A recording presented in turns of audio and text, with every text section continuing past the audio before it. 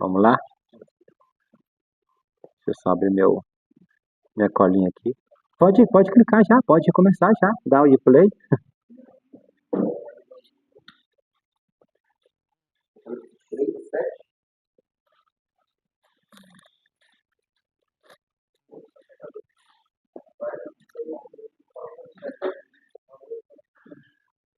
Cara, me dá um mouse aí, por favor. Acho que eu tô apanhando aqui, tô sem o mouse. Nós paramos na igreja de Filadélfia, né, pessoal? Hã? Ia começar a Filadélfia, né?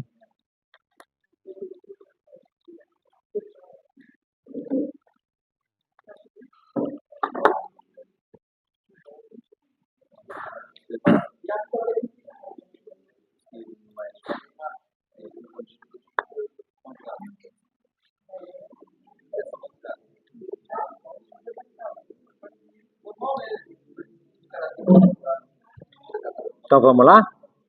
Vamos lá? E ao anjo da igreja que está em Filadélfia escreve: Isto diz o que é santo, o que é verdadeiro, o que tem a chave de Davi, o que abre e ninguém fecha, e fecha e ninguém abre. Eu sei as tuas obras. Eis que diante de ti pus uma porta aberta e ninguém a pode fechar. Tendo pouca força, guardaste a minha palavra e não negaste o meu nome. Eis que eu farei aos da sinagoga de Satanás, aos que se dizem judeus e não são, mas mentem. Eis que eu farei que venham e adorem prostrados a teus pés e saibam que eu te amo. Essa palavra adorar aí no original é prostrar. Como guardaste a palavra da minha paciência, também eu te guardarei da hora da tentação que há de vir sobre todo o mundo, para tentar os que habitam na terra. Eis que venho sem demora.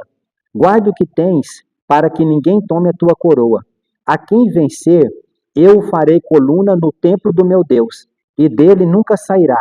E escreverei sobre ele o nome do meu Deus e o nome da cidade do meu Deus, a nova Jerusalém, que desce do céu, do meu Deus, e também o meu novo nome. Então, aqui, a carta de Filadélfia, ou a igreja de Filadélfia, ela foi levantada como resposta à igreja de Sardes, que nós falamos que representa na história, de forma profeticamente, a igreja católica apostólica romana, que decaiu, ela se degradou, então Deus levanta o remanescente da igreja de Sardes e para que a igreja de Filadélfia ela desenvolva e ela cumpra o que a igreja de Sardes deixou de fazer. Então a igreja de Filadélfia ela é levantada com esse propósito. Filadélfia significa amor fraternal, mais amorosa. Então é a igreja restaurada. E essa igreja aqui, tanto essa como a última que nós vamos ver, que é a Laodiceia, é o que a igreja do século XXI está vivendo. É as duas últimas fases da igreja. É a igreja de Filadélfia e a igreja de Laodiceia. Eu não sei se vocês repararam, mas a igreja de Filadélfia é a única que não tem repreensão. De todas as 7 igrejas, é a única que Deus não repreende ela, só tem elogios para ela. Ela não tem repreensão como as outras foram repreendidas, né? Todas as outras foram repreendidas pelo Senhor. Filadélfia a gente não vai encontrar problema de Jezabel, Nicolaitas, não vai encontrar nada disso. Hã?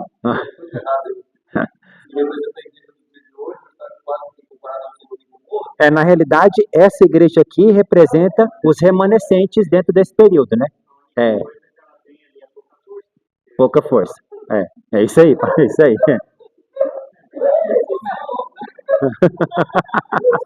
É isso aí, Edson.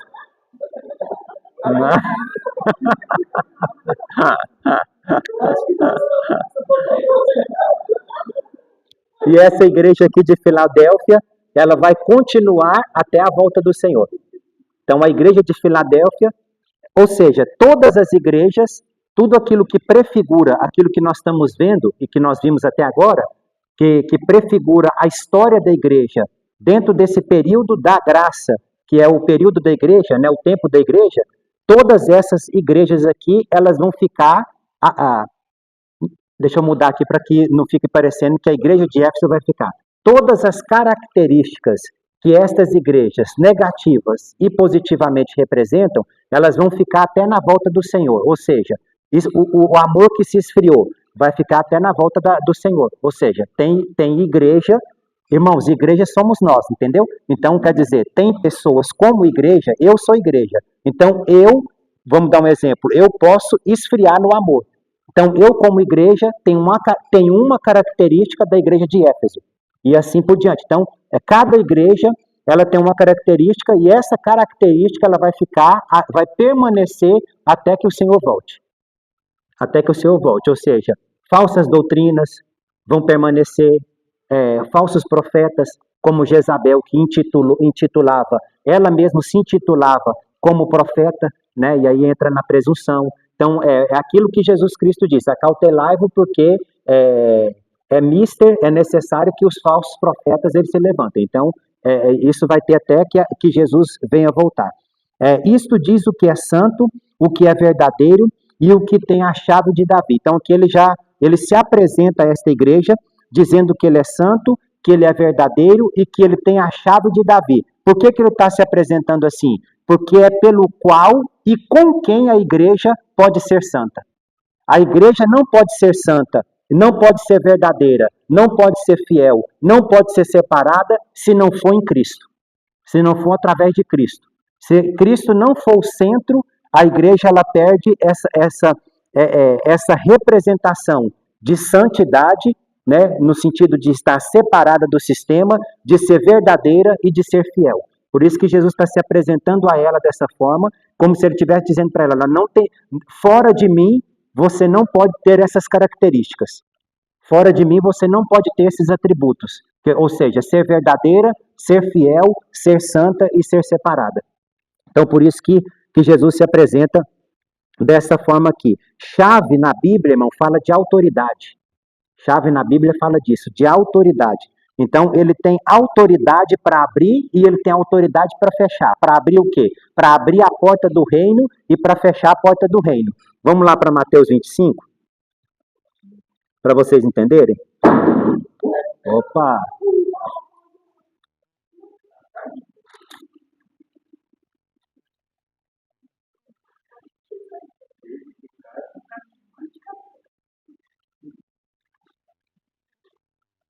Ou seja, com essa chave, ele está declarando essa autoridade. Ele tem autoridade de fechar e de abrir.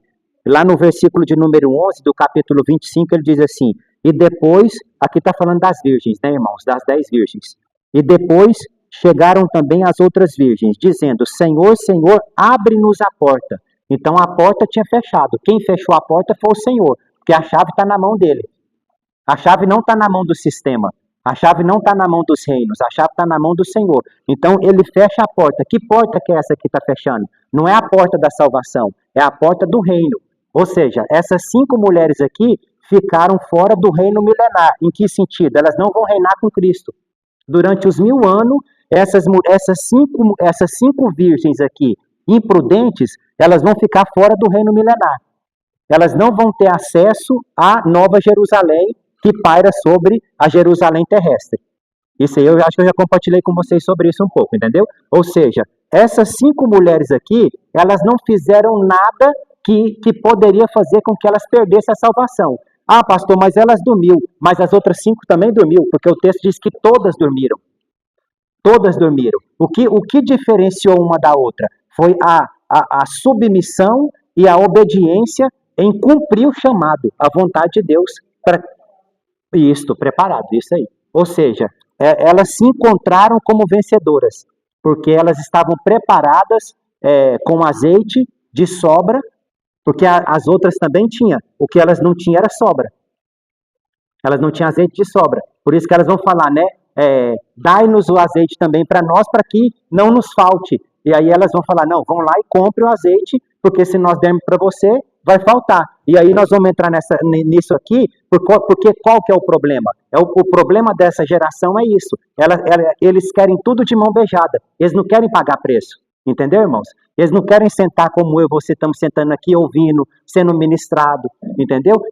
Quando eu estava hoje à tarde estudando, às vezes as pessoas pensam assim, nossa, isso aí caiu do céu. Não caiu, irmão. Eu gastei muitas horas, eu gastei recurso, eu gastei dinheiro fazendo mentoria, eu passei finais de semana, sábado e domingo, o dia inteiro sendo mentoriado, entendeu? Ouvindo outros pastores. E essa geração, ela quer tudo de mão beijada, ela não quer pagar preço. É como essas 5 virgens aqui. Não, nos dá. Aí as outras falaram assim, não, se nós não te darmos, vai faltar para nós. Vão lá e compre. Mas esse comprar não está falando de dinheiro, está falando de um esforço. Está falando da pessoa pagar um preço no sentido de renunciar. Porque eu e você, nós estamos aqui, nós estamos renunciando a alguma coisa que nós poderíamos estar fazendo em casa, com a família, descansando. Mas nós estamos aqui renunciando algo para quê? Para sermos ministrados. E é isso, essas 5 virgens aqui aponta muito para esse tempo que nós estamos vivendo. Um tempo onde as pessoas elas não querem pagar um preço no sentido de renúncia para chegar nesse nível de relacionamento e de intimidade com o Senhor. Não participar, porque elas não têm acesso à chave que vai a Nova Jerusalém está pairando. Ok? Não, elas não vão participar porque, enquanto em vida aqui, elas não mataram a vida da alma. De que sentido? Não, mas eu digo assim, elas não vão subir para a Nova Jerusalém. Não vão estar no reino, vão estar salvas, mas não vão estar no reino. Não vão estar reinando com Cristo. Mas, governando as nações e tudo. Milenar, isso aí. Não. Elas vão estar aqui na Terra normalmente no dia a dia. Isso aí. Mas a vida delas vai ser transformada. Vai ser por causa que durante esse período milenar elas vão ser tratadas. Sim. Não só elas, né? Todos aqueles que não reinarem vão passar pelo processo. Porque o que acontece? Elas vão viver os 1000 anos, não participando do governo milenar, ou elas vão ter uma vida normal? Não, elas vão viver 1000 anos, 1000 anos. Isso aí. Só que o que acontece? Dentro desses 1000 anos, 50 anos, para alguns, foi o tempo que amadureceu. Elas amadureceram, porque o que ocorre, Daniel? Nós estamos aqui na Terra, né? Nós somos, Deus, nós somos seres celestiais, né? Temos uma natureza celestial, estamos aqui na Terra.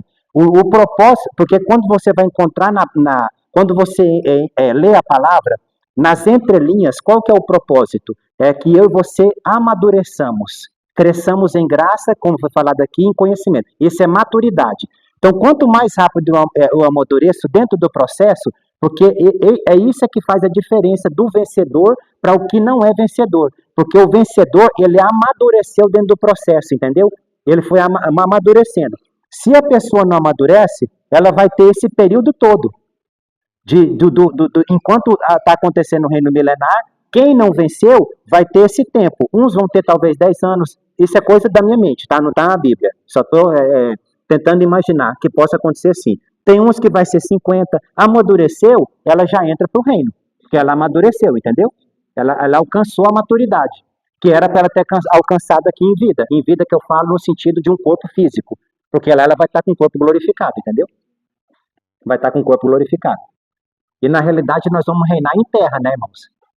Então, assim, não pensa que você vai morar no céu a vida inteira. O céu é só uma dimensão.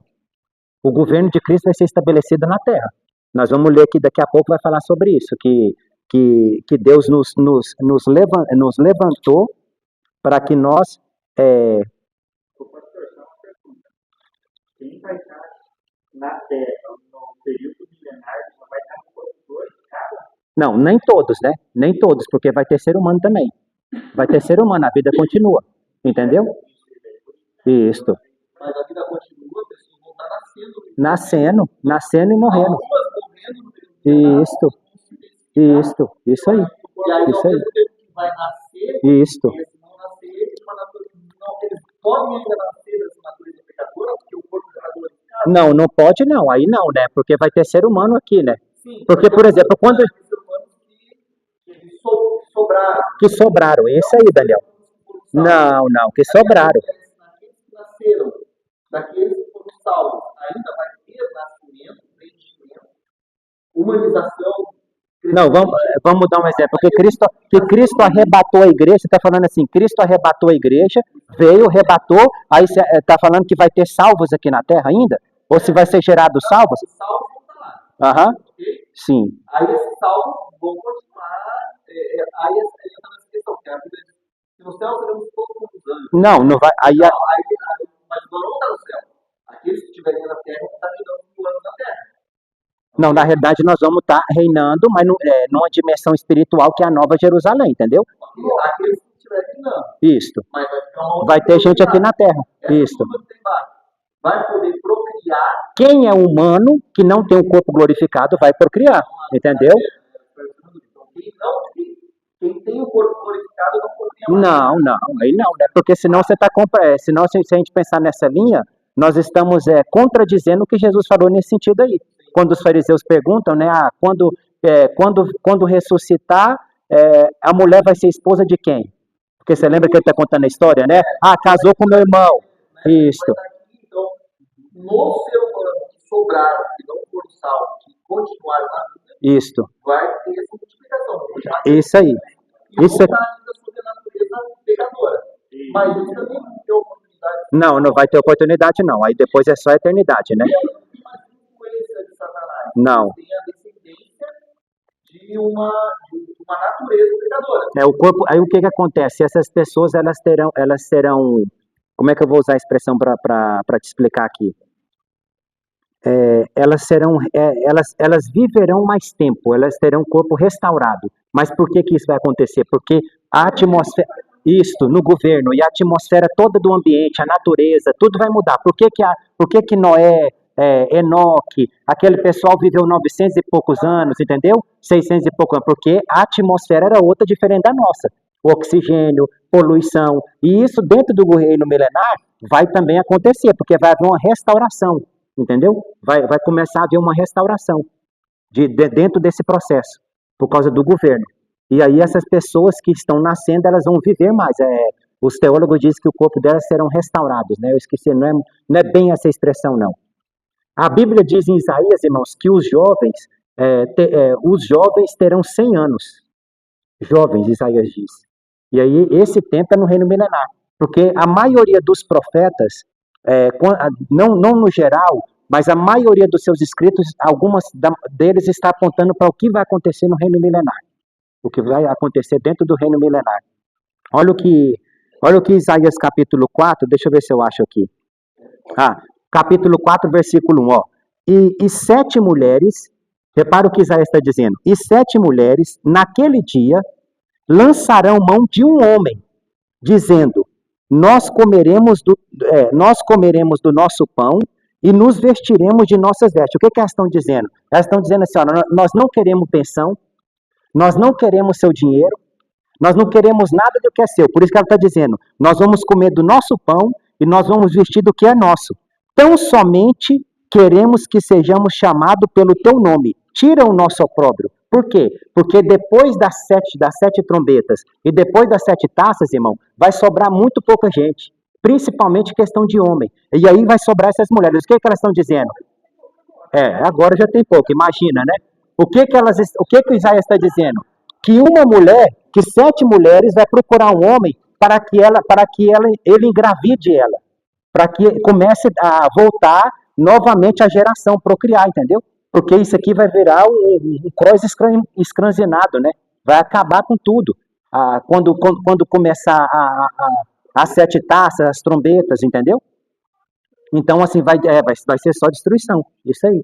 E aí é por isso que Isaías está declarando isso aqui.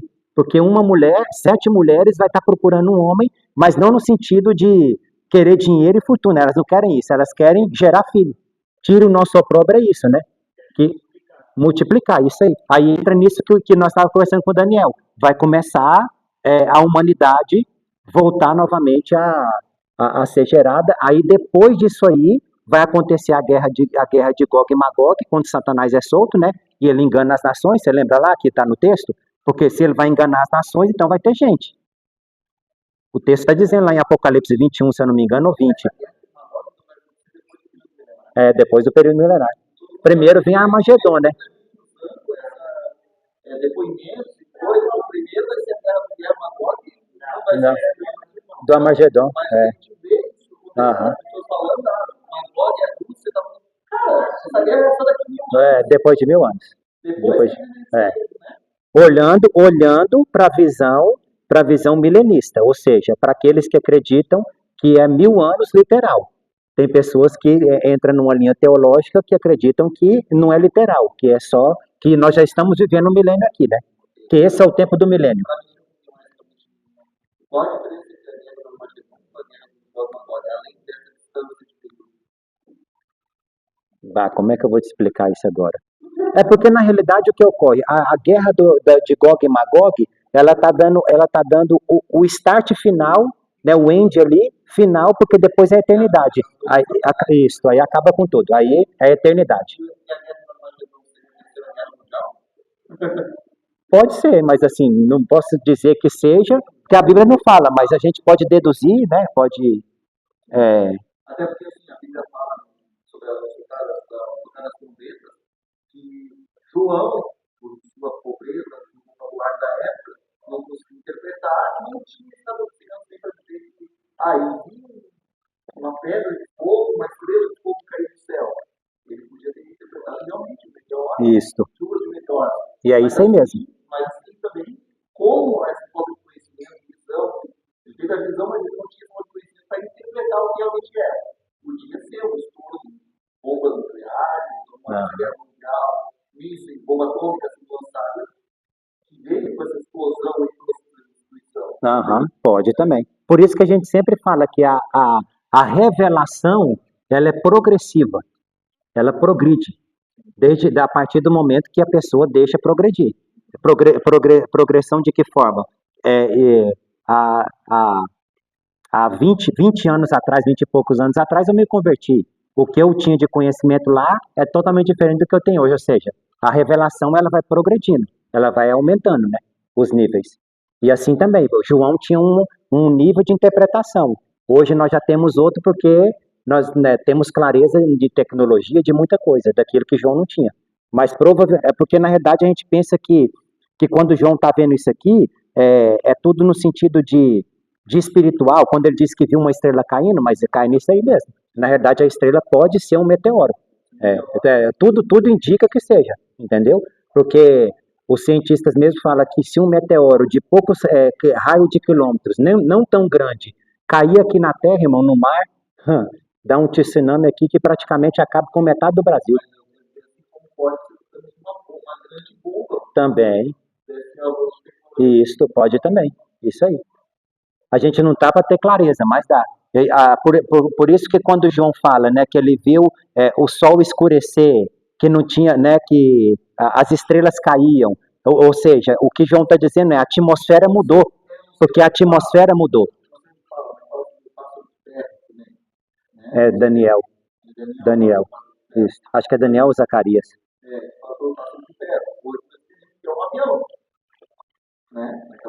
Ele só não compreendia. Isso. Isso mesmo. Aí foi o que ele. Algumas pessoas falam isso aí que o Daniel falou, Rússia e China. Alguns estudos. Alguns dizem que podem ser Rússia e China. Pode ser Rússia e China. É porque a China mesmo é 1 bilhão, né? Mas pela grandeza populacional equivale a 20% da população mundial. É 1 bilhão e pouco, né? Então é isso. Isso aí. Então pode ser, né? A gente deduz, né? Mas alguns estudiosos dizem que seja isso aí. Eu sei as tuas obras e eis que diante de ti pus uma porta aberta e ninguém a pode fechar. Tendo pouca força, guardaste a minha palavra e não negaste o meu nome. Ou seja, apesar da oposição que essa igreja estava vivendo, o que Jesus está dizendo a porta ainda está aberta. Hoje a porta está aberta mundialmente, porque a chave está na mão do Senhor, não está na mão do sistema, não está na mão dos reis, não está na mão dos homens, está na mão do cabeça da igreja. Então é por isso que ele está dizendo, eis que eu pus uma porta aberta diante de ti, e mesmo diante da oposição que ainda no nosso país, graças a Deus a gente não vive, mas outros países vivem, mas mesmo assim Diante da oposição, a porta está aberta, a porta do evangelho, a porta da ministração, a porta da propagação da palavra, do acesso, isto, que é por meio da palavra. Então, a gente pode trazer isso para o contexto da igreja primitiva. Mesmo diante de tanta oposição que a igreja dos apóstolos viveram, a porta estava aberta, eles não pararam. E muito pelo contrário, ao invés de haver uma diminuição, foi uma multiplicação. Quanto mais perseguia, mais se multiplicava, mais crescia. Então, ou seja, a gente entende que quanto mais opressão, é o momento que deveria acontecer o quê? Um crescimento, né? E não uma diminuição, retroceder no caso. Pouca força aqui, irmãos, está indicando que o que agrada ao Senhor não é um muito fazer, mas fazer o melhor com o que eu e você temos. Não importa o que Deus não está preocupado, o Senhor não está preocupado com muita força. Ele está preocupado com que eu faço o que eu tenho que fazer, o que Ele me deu para fazer, com o melhor, e que esse melhor haja um crescimento com aquilo que eu e você recebemos, com aquilo que eu e você temos. Foi aquilo que o pastor Fabiano pregou domingo. Foi aquilo que ele falou. Às vezes eu e você temos algo que é pequeno, que a gente desvaloriza tanto, mas é com esse pequeno que aquilo que Deus nos ordenou fazer vai acontecer. Porque se aquela mulher desprezasse o pouquinho de azeite que ela tinha, irmão, ela não tinha mudado a vida dela. A vida dela não tinha virado a página. Se ela esquecesse daquele azeite lá, se ela dissesse para o profeta, eu não tenho nada, realmente eu não tenho nada em casa. Aí o profeta poderia olhar para ela e falar, então, vamos fazer o quê? Vai multiplicar a partir de quê? Porque depois que Deus recria a terra, através da palavra, porque a Bíblia diz que tudo que nós vemos foi criado do nada, do invisível. Só que a partir depois desse momento, tudo que Deus opera é através de alguma coisa. Tudo que Deus multiplica é através de algo que já existe. Tem uma multidão aqui para alimentar. Dai voz de comer, mas nós não temos nada. Nós só temos 5 pães e 2 peixes. Então traz para cá, porque é a partir desse pouco que vai haver multiplicação. Não dá. Só foi na recriação, entendeu? Depois da recriação, o que é multiplicado vem a partir de alguma coisa. Por isso que Isaías capítulo 40, versículo 31, ele diz assim, os que confiam no Senhor subirão com asas como que de águia, né? Correrão e não se cansarão, né? Caminharão e não se fatigarão. Ou seja, Deus não está dizendo que vai dar força para ele. Deus está dizendo que vai renovar a força, ou seja, Deus está dizendo, olha, ainda tem um pouquinho de força aí, e é desse pouquinho de força que resta, que eu vou multiplicar ela, que eu vou renovar. Não é que eu vou aumentar a força, eu vou, a partir desse que sobrou, eu vou aumentar ele. Então é assim, a partir disso então essa pouca força fala disso. É aquilo que Lucas capítulo 10, as 2 irmãs, né? Uma está lá toda, né, e faz parte, foi louvável o que ela estava fazendo, mas não era para o momento. Não era para o momento. Eu sei que principalmente uma mulher, né, judia, né, que fala, né, a gente sabe todo o cuidado, mas Jesus vai dizer para ela, olha, a sua irmã escolheu a melhor parte, a qual não lhe será tirada. Ou seja, agora não era o momento de você estar colocando força. O momento era de você estar aqui sentando, ouvindo o que está sendo dito, porque o que está sendo dito amanhã vai servir para você. E realmente serviu para uma delas, porque quando você vai para João capítulo 11, a diferença que as duas reagem quando em relação à morte do irmão Lázaro é totalmente diferente. Uma está lá toda desesperada, a outra vem, ela diz assim, ó, Senhor, eu sei que o Senhor pode fazer alguma coisa aí, eu sei. Talvez o que ela ouviu foi essa mensagem de que Jesus estava dizendo naquele dia para ela, que ela estava sentada aos pés de Jesus, olha, ainda que esteja morto, viverá. Eu sou, né, a vida, eu sou a verdade, eu sou a vida, né? A ressurreição é a vida. Então, o que aquela mulher deveria fazer era isso. Então, fala muito disso aqui, nesse texto aqui, que Jesus está falando a respeito dessa pouca força que ela está tendo aqui. Tendo pouca força, só que mesmo diante de pouca força, ela está guardando a palavra. Ela não está negociando a palavra, não está negando a fé. Ela está guardando aquilo que ela recebeu e aplicando aquilo que ela recebeu. Como guardaste a minha palavra e não negaste o meu nome. E a palavra é a própria expressão do Senhor. Porque quando Deus recria a terra, ele recria com a expressão da palavra, que é o próprio Cristo, né? A própria expressão dele. O nome aqui é o próprio Senhor, né? Porque nome fala de quem eu sou. Pastor Emerson, quando você fala o nome dele, aponta para quem ele é. Nome aponta para isso. Então, a palavra do Senhor é a própria expressão dele, o liberar dele, o falar dele. E o nome aqui que o texto está dizendo é o próprio Senhor. Então, e o que ocorre? O problema da igreja de Tiatira e de Sardes, da igreja que apostatou, ela se desviou da palavra. Ela não guardou a palavra. Ela não guardou aquilo que ela tinha visto, que ela tinha recebido dos profetas e dos apóstolos. Por isso que Jesus vai confrontar e vai falar a respeito disso aqui com ela.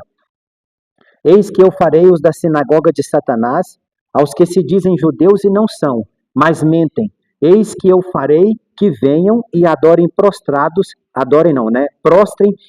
diante dos teus pés e saibam que eu te amo. O que ocorre aqui? A igreja restaurada, ela vai subjugar, ela vai sujeitar o judaísmo. De que forma? Expondo o erro do judaísmo. Porque o judaísmo estava preso ao quê? A 4 pilares.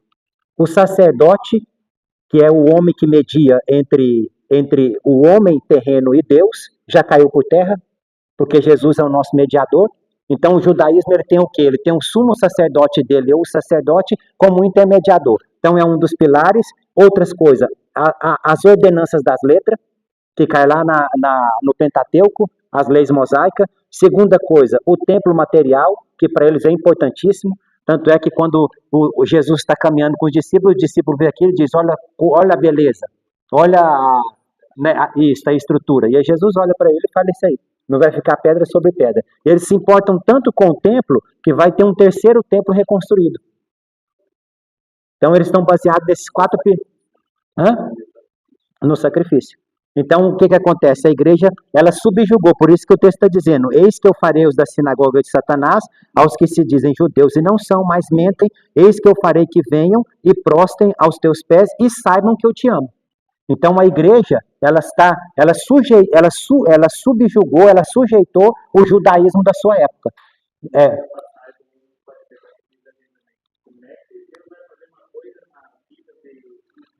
Eles estão pegados nas primeiras coisas da família e querem largar aquilo lá desde o começo. Isso é uma coisa diferente.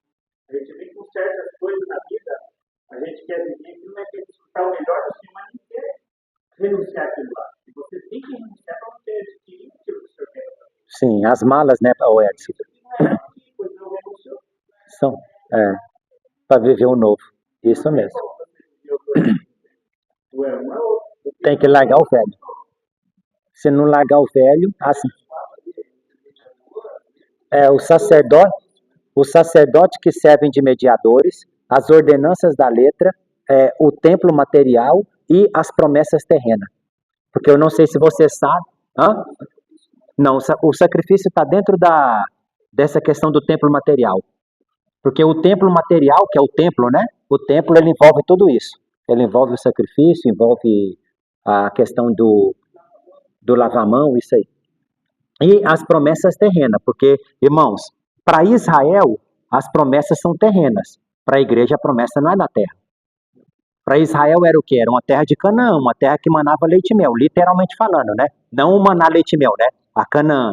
Canaã literalmente, ou seja, o que Deus está dizendo eu tenho uma terra. Foi o que Deus disse para Abraão, olha, seus descendentes vão entrar e vão tomar essa terra aqui, a terra. Por isso que Isaías capítulo 1, versículo 19 se você ouvir e me obedecer, vocês comerão o melhor da terra. Para quem que é essa palavra? Para Israel. É para Israel. Então, Israel está pegado nessa promessa de promessas terrenas. A promessa para a igreja é uma promessa de eternidade. É uma promessa de céu, de uma outra dimensão.